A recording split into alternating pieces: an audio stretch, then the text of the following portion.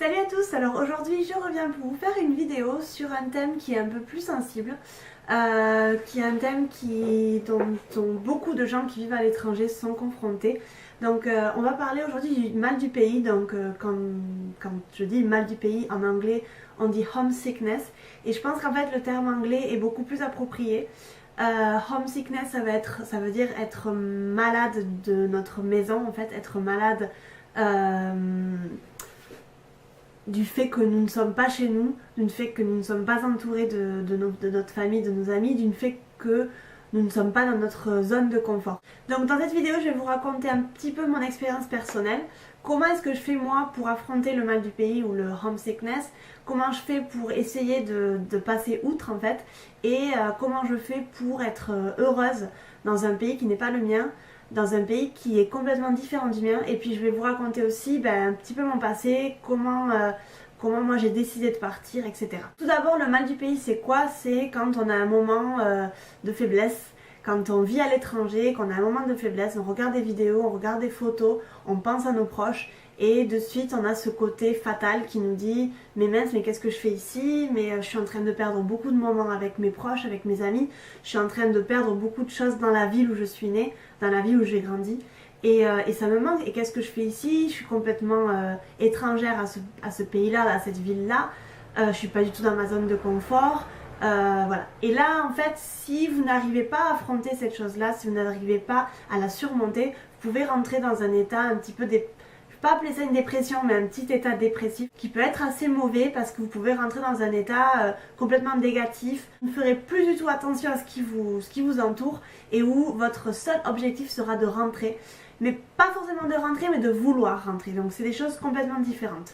Donc vouloir rentrer, pourquoi? Parce que nous ne sommes pas dans notre état normal, dans notre ville natale. Et en fait, on veut rentrer parce que seulement on n'est pas dans ce moment-là à partager avec nos proches.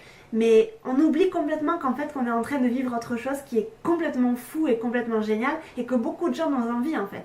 Donc il faut savoir faire la balance entre les deux choses. Il faut savoir se rappeler de pourquoi on est parti, de pourquoi on a fait ça, de pourquoi on a choisi ce pays-là ou cette ville-là. Et en fait, je pense que c'est des petites choses en fait qui vous aideront à surmonter ce mal du pays. Donc moi, j'ai plusieurs astuces à partager avec vous aujourd'hui. Donc comment surmonter ce mal du pays, comment se rendre un peu plus heureux, comment profiter du jour le jour dans votre nouveau pays, comment se faire des nouveaux amis, tout ça. Voilà, ça va être quelques petits conseils que je vais vous donner aujourd'hui. J'espère que ça va vous servir. Dites-moi un petit peu dans les commentaires si c'est quelque chose que vous expérimentez au quotidien. Si vous aussi vous êtes expat, comment vous avez vécu la chose, comment vous vivez ces moments-là du mal du pays. Donc moi il faut savoir que j'ai vécu déjà dans 4 pays, donc à part la France forcément, jusqu'à mes 18 ans. Et ensuite je suis partie en Espagne jusqu'à mes 26 ans je crois. Et ensuite je suis partie 1 an à Londres et ensuite je suis arrivée au Japon. Donc j'ai quand même fait pas mal de choses. Et je suis quand même un bon exemple je pense pour vous parler du mal du pays. Certes j'ai eu des moments très mauvais, surtout, je veux dire en Espagne j'ai vécu 8 ans donc je suis passée par beaucoup de moments. J'ai eu des moments super heureux, j'ai eu des moments très très tristes. Il m'est arrivé des choses tristes aussi, il m'est arrivé des choses super. Je veux dire en 8 ans en Espagne j'ai eu quand même une vie, je me suis construite une vraie vie. Et en fait c'est vrai que j'ai expérimenté beaucoup de choses là-bas. Dont en fait vu que je suis partie quand j'avais 18 ans, dans le mal du pays, parce que forcément je suis partie j'avais 18 ans, je rentrais chez moi tous les 2-3 mois à peu près pour quelques jours ou pour un week-end, et quand je rentrais les premières années c'était toujours très très difficile. Donc quand je rentrais c'était mais qu'est-ce que je fais ici, mais pourquoi je suis pas avec ma famille et mes amis, pourquoi, et de suite en fait je me rendais compte que non, qu'en fait je voulais pas être là-bas. C'est juste le côté idéaliste de la chose, parce que j'idéalisais ma ville natale alors que moi quand j'y vais je me fais chier en parlant mal, et je suis tellement habituée à vivre ailleurs, à voir des choses nouvelles, à faire des choses que les gens de ma ville ne font pas, que moi je serais complètement incapable de revivre dans ma ville natale. Et je suis très très heureuse de toutes les aventures que j'ai fait quoi. Donc en fait c'est vrai que j'ai beaucoup expérimenté ça. Ensuite à Londres ça n'a pas été la meilleure année de ma vie. Je vous épargne les détails, mais pendant un an j'ai pas été très bien. Donc là j'ai eu beaucoup plus en fait de mal du pays. Là-bas en fait je me suis beaucoup sentie seule, très solitaire, et j'ai beaucoup senti le mal du pays aussi.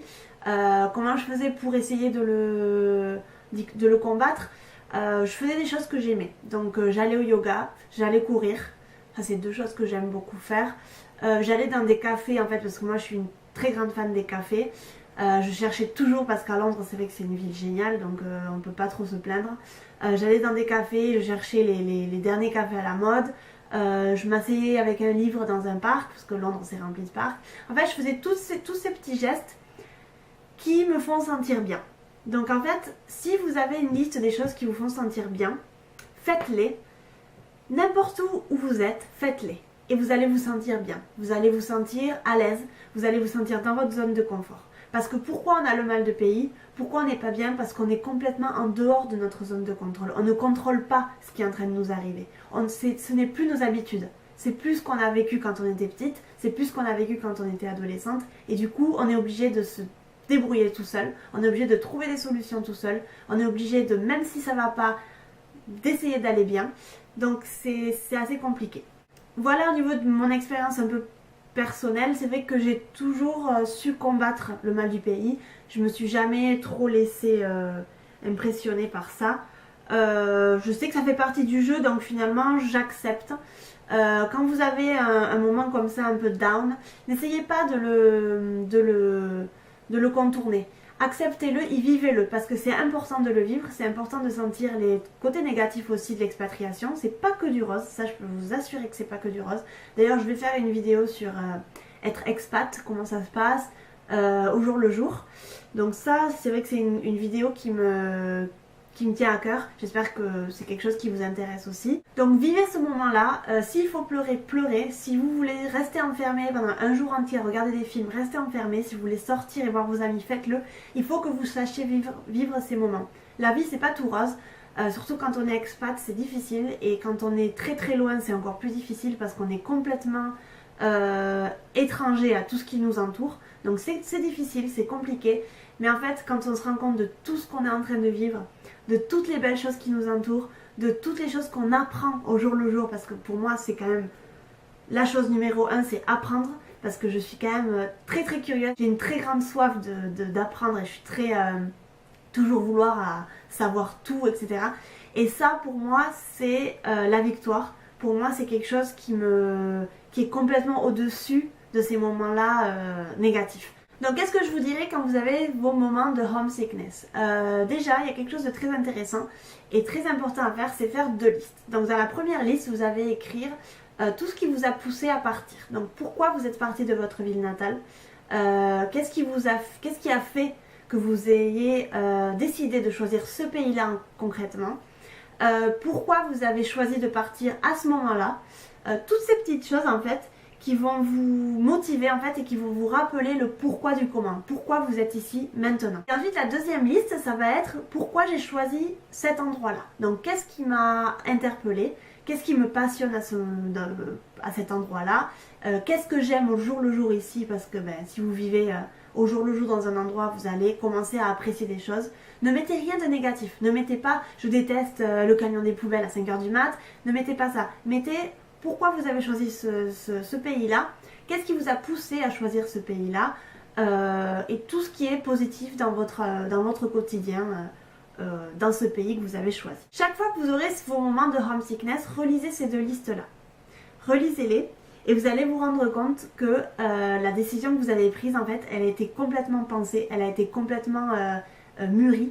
Et en fait, vous allez vous rendre compte que ce moment-là de faiblesse, c'est juste un moment à passer, c'est juste un moment à vivre, mais relisez ces listes-là qui vont vous faire prendre conscience qu'en fait votre vie elle est super cool et que vous avez choisi de prendre un autre chemin comparé à d'autres personnes et que c'est aussi, ça fait aussi partie du jeu d'avoir ces moments-là. Moi ces 2 listes-là je les trouve très intéressantes parce que je pense que c'est des listes qu'on peut amener avec nous tous les jours. Moi j'ai un petit calepin en fait toujours dans mon sac. Et j'ai toujours des trucs écrits un petit peu philosophiques, etc. Dans mes moments un petit peu down ou de faiblesse, je les relis. dans ces deux listes-là, et je me sens mieux. Ensuite, un deuxième conseil, ça va être le fait de rester en contact avec vos amis et votre famille. Donc restez en contact, essayez de faire, si vous avez le temps, de faire au moins un Skype par semaine. Donc moi c'est ce que je fais avec ma mère, généralement avec mon père aussi. Avec mes amis, bon, on fait pas ça une fois par semaine, on essaye de faire ça de temps en temps, mais malheureusement pas une fois par semaine. Donc restez en contact, essayez de toujours savoir ce qu'ils font. Même les moindres petits détails, mais juste savoir ce qu'ils font dans leur vie, ce qui a changé dans votre ville natale. Je sais pas, il y a un supermarché qui s'est construit, il y a une nouvelle école anglaise qui s'est construite, il y a la bibliothèque, tiens, la bibliothèque elle a fermé, mais maintenant ils ont fait une médiathèque, j'en sais rien. Des trucs un peu, des détails qui vous feront en fait penser que vous êtes, il y a encore une petite partie de vous qui est là-bas. Et ça c'est intéressant à faire. Par exemple, c'était l'anniversaire de mon frère il y a un peu plus d'un mois. Et en fait ma mère m'a appelé en Skype alors qu'il y avait toute ma famille sur la table. Et moi j'ai trouvé ce moment-là super cool parce qu'on a parlé un petit peu et c'est comme si j'étais là-bas. Donc c'est vrai qu'avec avec les moyens d'aujourd'hui, donc Skype, Facebook, FaceTime, tout ça, on se sent plus aussi loin en fait. On sent qu'il y a une petite partie qui est encore restée et ça je trouve que c'est super cool. Ensuite, un troisième conseil, ce serait d'emménager en fait votre nouveau chez vous comme c'était quand vous viviez dans un moment de bonheur dans votre ancienne ville. Donc je sais pas, si vous êtes fan de décoration, essayez de vous rappeler comment était votre ancienne maison et donnez-lui des petites touches par-ci par-là à votre nouvel endroit. Mettez des trucs de décoration qui vous font penser à des moments heureux que vous avez eu dans votre passé. N'oubliez pas les photos. Moi, mon appart est rempli de photos de ma famille et de mes amis. En fait, ça me fait sentir très très bien. Je me sens super bien en les regardant au jour le jour. C'est quelque chose pour moi qui est très important. Si vous aimez des plantes, mettez des plantes. Si vous aimez les photos, mettez des photos. Si vous aimez les trucs vintage, faites-le. Emménagez votre appartement comme vous êtes. Ensuite, faites du sport. Si vous vous sentez pas bien, faites du sport, allez courir. Inscrivez-vous à la salle de sport qui est à côté de chez vous. Ça va vous faire prendre conscience que vous pouvez bouger, que vous êtes complètement capable de faire du sport et aussi de rencontrer des nouveaux amis, pourquoi pas. C'est toujours un truc qui est assez important quand on vient de changer de pays, on n'a personne. Donc si on peut faire de deux pierres d'un coup, non, faire du sport et rencontrer de nouvelles personnes, je trouve que c'est très cool. Moi pour ma part je suis très fan de yoga, donc je fais du yoga régulièrement. À Londres je m'étais inscrite dans une école, ici pas encore. Parce que bon, je suis arrivée il n'y a pas longtemps, donc pour l'instant je fais du yoga à la maison ici et je me sens bien. C'est des moments où je me sens vraiment super bien. Ensuite, établissez une routine. Donc établissez une routine. Qu'est-ce que ça veut dire? Ça veut dire je me lève le matin et je fais ça. Je suis pas en train de glander toute la journée. Établissez-vous une routine. Si vous ne travaillez pas, c'est un peu plus compliqué, mais du coup essayez d'aller visiter tout ce qu'il y a autour de chez vous. Comme ça vous appropriez un petit peu le quartier, vous savez ce qu'il y a dans votre quartier, vous savez à quelle heure ferment les magasins, vous savez quoi acheter dans le supermarché. Essayez d'établir une routine, d'aller au supermarché à telle heure. Le propre d'une routine, c'est d'être dans notre zone de confort. Donc quand on n'a pas de routine, on est hors de notre zone de confort et on ne se sent pas du tout confortable dans des situations. Donc faire une routine, c'est aussi essayer de se sentir dans un cocon, un peu en sécurité. Et je trouve que ça, c'est très important. Voilà, ça c'était mes conseils pour essayer de surmonter, d'affronter le mal du pays qui peut venir nous clasher comme ça sans qu'on s'y attende. Donc c'est un peu compliqué. J'espère que cette vidéo vous aura plu.